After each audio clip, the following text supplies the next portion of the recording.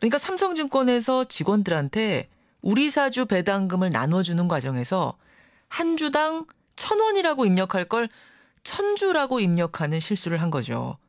그러니까 삼성증권 주식 100주를 가진 직원이었다면 배당금 10만 원 받는 거였는데 주식으로 10만 주를 받은 겁니다. 이런 식으로 잘못 입력된 주식이 총 28억 주. 돈으로 환산하면 이게 한 112조 원어치가 된다는군요. 실제 삼성증권의 총 주식수는 8,930만 주고요. 시가총액이 3조 4천억 원이거든요. 그러니까 30배의 유령 주식이 뿌려진 겁니다. 심지어 직원들 중에 16명은 이 주식을 받자마자 500만여 주를 팔아치우는 바람에 삼성증권의 주가는 급락했습니다. 참 신기하죠. 어떻게 있지도 않은 유령 주식이 그냥 컴퓨터 버튼 하나로 28억 주가 만들어지고 심지어 거래까지 될 수 있었는지. 지금 청와대 청원 게시판에는 전체 증권사에 대한 대대적인 조사를 요구하는 국민 청원이 벌어지고 있습니다. 자, 이분들 중 한 분을 직접 만나보죠. 소액주주 모임입니다. 희망나눔 주주연대의 김명석 홍보이사 연결이 되어 있습니다. 김명석 선생님 안녕하세요. 네, 안녕하세요. 삼성증권의 주주는 아니시라면서요? 네, 예, 그렇습니다. 지금 청와대 국민청원 나선 분들 보니까 대부분 삼성증권 주식을 갖고 있는 분들은 아니세요. 예. 그런데도 왜 이렇게 분노하고 청원까지 나서게 되신 겁니까? 일단 그 자본시장의 어떤 그 신용도의 근간을 흔드는 좀 초유의 사태가 발생이 됐다고 생각을 해요. 통상 이제 우리가 위조지폐범들을 중범으로 다스리잖아요. 아주 무겁게 그 죄는 다스리죠. 근데 주식시장도 마찬가지입니다. 적법하지 않은 이런 주식들이 시장에 유통됐을 경우에는 기존의 이제 주주들 같은 경우에는 엄청난 이제 주주 가치 훼손을 입게 되는 거죠. 그리고 이제 두 번째로는 그렇습니다. 이게 지금 그 삼성증권의 대주주가 국민연금이거든요. 예. 국민연금의 돈은 우리 국민의 돈 아니겠습니까? 삼성증권 주가 손실은 국민연금 손실, 나아가 우리 국민 손실이다. 이런 생각까지. 예, 그렇죠. 예. 그 지금 제일 중요하게 보시는 부분은 이 주식시장의 신용을 흐트러버린 죄가 가장 크다. 지금 그 말씀하신 거예요. 네, 그렇죠. 특히 이 전체 과정, 제가 앞에서 설명드렸던 그 과정들을 쭉 보면서 도무지 이해가 안 가는 부분은 어떤 부분인가요? 저는 절차적인 정당성을 얘기하고 싶어요. 신용카드를 쓰실 때 뭐 한 달에서 한도가 500만 원이라 그러면 100원이 초과돼도 결제가 안 되잖아요. 안 되죠. 경고가 그렇죠. 뜨죠. 예. 근데 주식도 마찬가지예요. 주식도 주식을 발행할 수 있는 한도라는 게 있습니다. 예. 그 한도가 이제 삼성증권의 경우에는 1억 2천만 주가 한도인데 근데 이게 무려 28억 주가 발행이 됐다는 거예요. 그 28억 주라고 하는 게 얼마나 이게 엄청난 금액이냐면 이게 이제 금액으로 한 사람은 112조 원 정도 되거든요. 맞습니다. 그 미국하고 중국하고 트럼프 대통령이 지금 중국 쪽에다가 100조의 관세를 물린다 그러거든요. 예.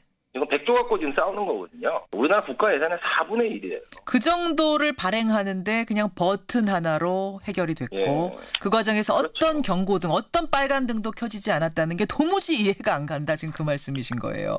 사회자님께서도 뭐 계좌 이체 같은 걸 하시겠지만 우리가 하다못해 인터넷 뱅킹이든 뭐 모바일 뱅킹이든 공인인증서로 로그인하고 뭐 이런 복잡한 절차를 거치는데 이런 천문학적인 금액의 주식이 직원들한테 입고될 때까지 아무런 제동 장치도 작동하지 않았다는 게 도무지 이해가 안 간다.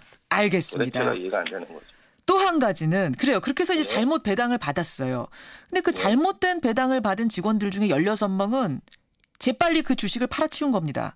그중에는 100만 주를 판 직원도 있는데 그 직원은 350억 원을 번 거라고 하지요. 아니 통장에 들어왔길래 판 것뿐이다. 그러니까 법적으로 내가 잘못한 건 없다. 어떻게 생각하세요? 그 90년대 후반에 그 돈을 갖고 튀어라라는 영화가 있었어요. 예, 있었죠. 예. 마치 이제 주식을 갖고 튀어라가 돼버린 거죠. 이게 이제 사실 왜 불가능하냐면 우리나라 주식 그 시장의 시스템상 오늘 주식을 팔면은 내일 모레 그러니까 수요일 날 그 돈을 찾을 수가 있어요. 그렇죠. 그러면 그 사이에 과연 이 수억에서 수백억에 달하는 돈을 그것도 삼성증권 직원인데 회사 쪽에서 그 돈을 과연 입금하도록 둘까요? 뭐 지급 거절을 하거나 뭐 계좌를 일시적으로 동결하거나 뭐 그런 걸 뻔히 알 텐데도 불구하고 16명씩이나 그런 걸 해봤다라는 건 예. 전 도대체 이해가 안 되는 거죠. 도덕적 해이가 어느 정도인가 놀라울 정도인데 일단 오늘부터 금감원이 삼성증권 특별감사에 착수한다고 합니다. 주주 모임들 뭐 이런 시민단체들 어떻게 대처할 생각이세요? 국민청원이 바로 우리 국민들이 한 질문이고요. 국민들의 질문에 좀 신속한 답변을 기대하고요. 만약 그 답변이 어떤 그 원론적인 답변에 그친다 그러면은 저희는 이제 추후 뭐 집회와 행동을 통해서 보다 좀 적극적으로 좀 질문을 할 계획이에요. 예, 집회까지 지금 생각하고 있다. 철저한 조사와 대책이 이번 기회에 마련돼야 된다. 예, 그 부분까지 여기까지 말씀 듣죠. 오늘 고맙습니다. 예, 고맙습니다. 예, 청와대 국민청원에 참여하고 있는 시민 모임입니다. 희망나눔 주주연대 김명석 이사 만나봤습니다.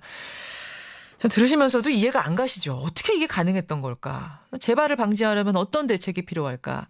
증권사 내부 사정을 잘 아는 분의 얘기를 한번 들어보려고 합니다. 성공투자연구소 박영식 대표 연결해보죠. 박 대표님 안녕하세요.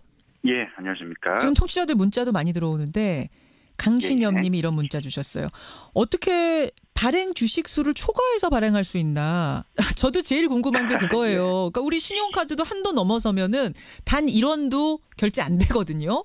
예. 여기도 지금 주식회사가 발행한 전체 주식수라는 게 있잖아요. 예, 그렇습니다. 그거를 훨씬 30배 넘어서 발행을 했는데 팔았는데 아니, 배당금으로 줬는데 이게 어떻게 찍힐 수가 있습니까?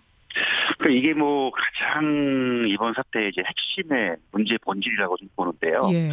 우리나라 이제 상법상에서도 이제 그 주식회사법에 주식 발행 한도, 자본금이라는 그 법이 있습니다. 예. 이 법을 어겨서 이게 현실화됐다는데 어떤 신뢰성에 좀 크나큰 그리고 이제 우리나라도 법치국가 아닙니까? 예. 이 법을 어겨서 현실이 이루어졌다는 점 그리고 이제 사실 모르겠습니다. 과거에도 이런 사태들이 몇 건 있었는데 이제 국내 5대 대형 증권사 중에 네. 한 군데인 삼성증권에서 이루어졌다는 데에 대해서 그렇죠. 이제 모든 투자자들의 신뢰성이나 어떤 제도의 그 의구심이 굉장히 많이 드는 거죠. 예, 예.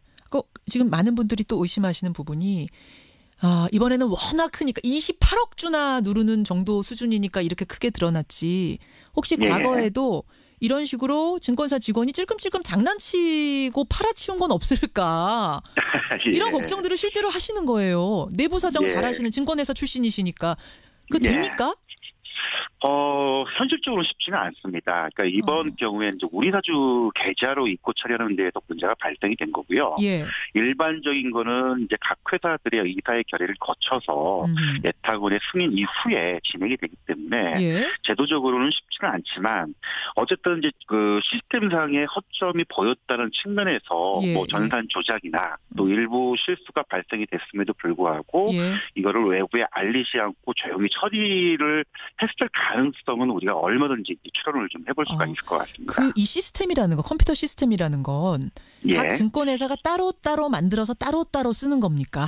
아니면 하나로 연결이 되어 있는 겁니까? 연결이 되어 있지는 않죠. 그러니까 어떤 데이터에 대한 어떤 그런 부분들은 돼 있지만은 내부 시스템은 각 해당 증권사에서 만들기 때문에 그 증권사별로 이 시스템이 조금씩 다르겠죠.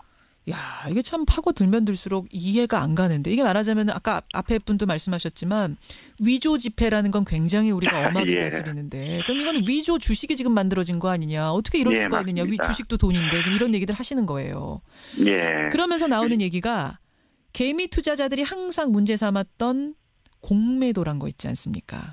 그렇습니다. 원래는 남의 주식 빌려다가 파는 거죠. 그러다가 주가가 떨어졌을 때 실제로 사서 갚으면 그 차액만큼 발생하는 걸 말하자면 이득을 취하는 거죠. 그런 투자 기법인데 혹시 남의 주식 빌리지도 않고 공매도 치는 일이 있었던 건 아니냐. 증권회사 직원들이. 지금 이런 주장들이 의혹들이 올라오고 있습니다. 어떻게 보세요?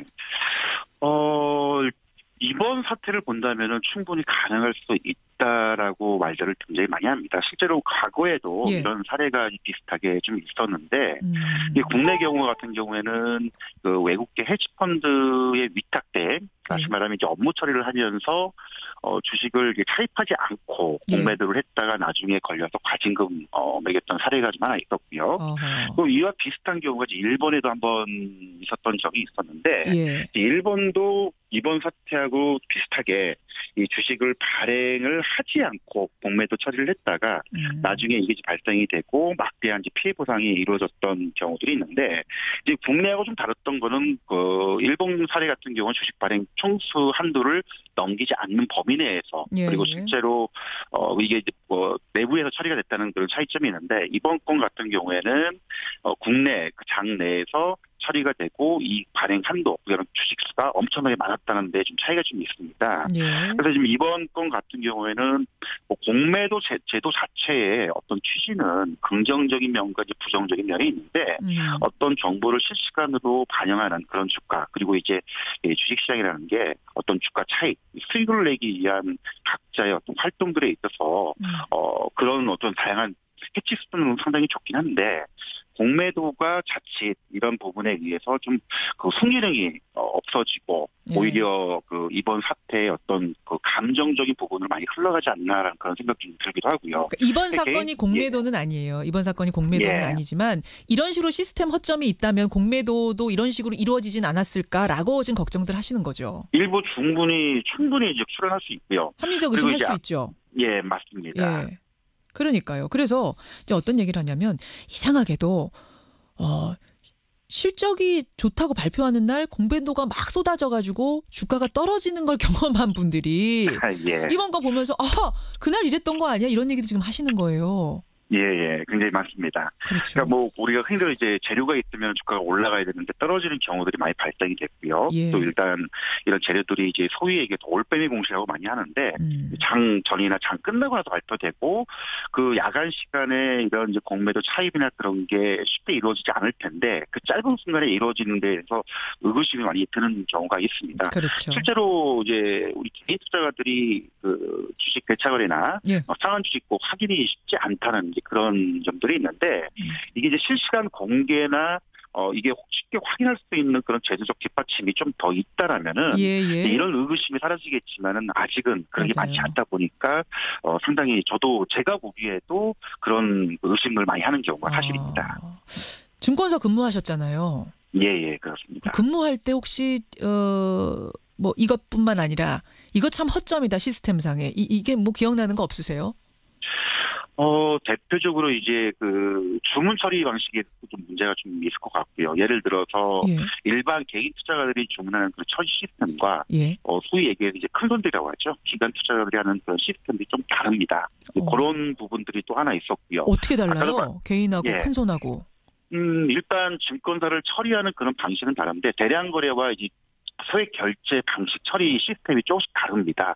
이제 거기서 오는 이제 그런 문제들, 과거에 이제 파생 시장에서도 그런 시간차 문제 때문에 문제가 발생이 됐었는데 이제 주문 오류나 이제 그런 부분들에서 좀 차이점이 좀 있을 수가 있고요.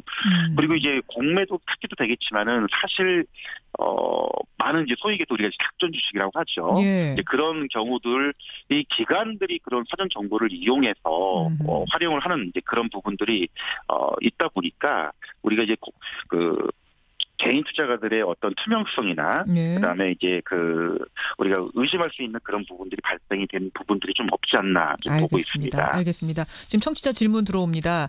그 직원들은 어떻게 해야 됩니까? 그 직원들 이해할 수가 없네요. 이런 문자 많이 주시는데 증권회사 직원이 자기 배당금으로 1,000원 들어올 게 1,000주가 들어왔다. 10만 원 들어올 게 이거 얼마 들어온 거예요? 10만 주가 들어왔다. 이러면은 이상하다는 생각을 못 합니까? 못 할 수가 있습니까?